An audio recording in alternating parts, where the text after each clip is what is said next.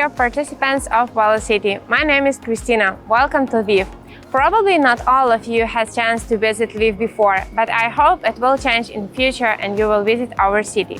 So to give you a little bit context about our city and our Velo infrastructure, you need to know that our city has a lot of old buildings and old districts with not wide streets. So not all the roads and infrastructure is greatly adopted for bicycles.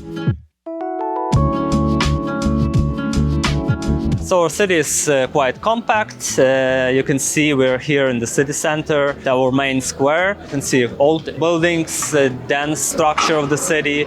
If you move further from the center, you'll see quite typical Soviet blocks with modernist infrastructure. So our city is diverse. Also, our city has quite hilly landscape, which also makes it a bit difficult to cycle. As well as you could see at our streets, we have cobblestones in the city center. In 2010, Lviv developed its first in Ukraine cycling plan, according to which it had to be built 260 kilometers of cycling infrastructure. Up to now, we have 120 cycle lanes and cycle passes in the city.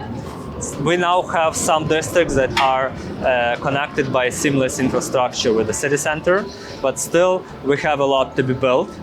Also, in 2020, we developed our sustainable urban mobility plan, and also cycling was one of the main focus of this plan.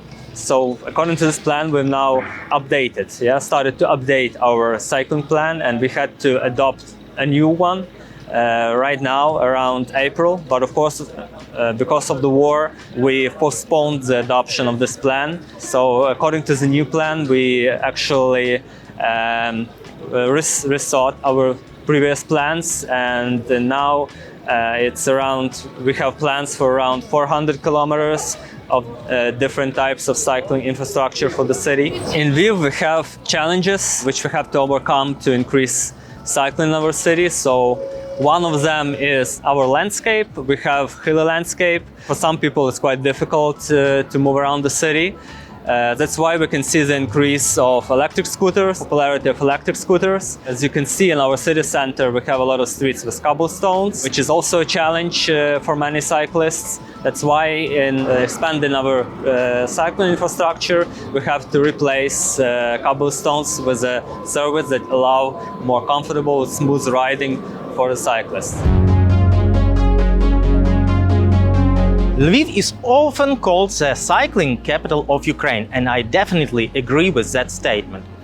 We had a lot of progress in that for the past 10 years because the number of cyclists increased a lot. Nowadays, we have about 6% of people cycling every day, bike to work, bike to school, and so on and so forth. So cycling has become the part of the city life and the part of transportation system.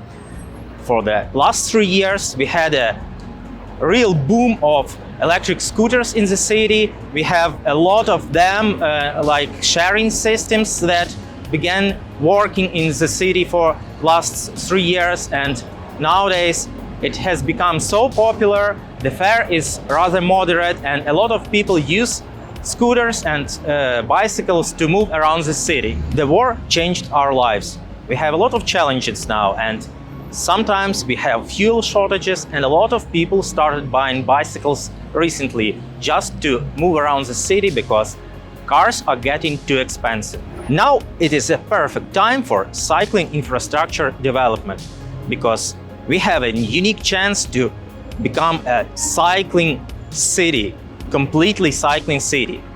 That means that we have to increase the number of cycle lanes, cycleways, and get more money and more efforts to build cycling infrastructure.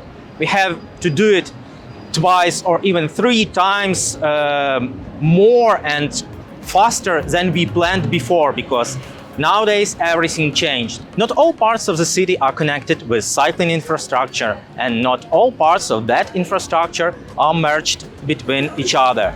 So we have to finish this to implement all the needed efforts and There we go for the bike ride, and you're welcome to join us. Thank you for standing with Ukraine. Please follow hashtag Bikes for Ukraine to support initiative to get bikes for those who are in need in Ukraine. Slava Ukraini!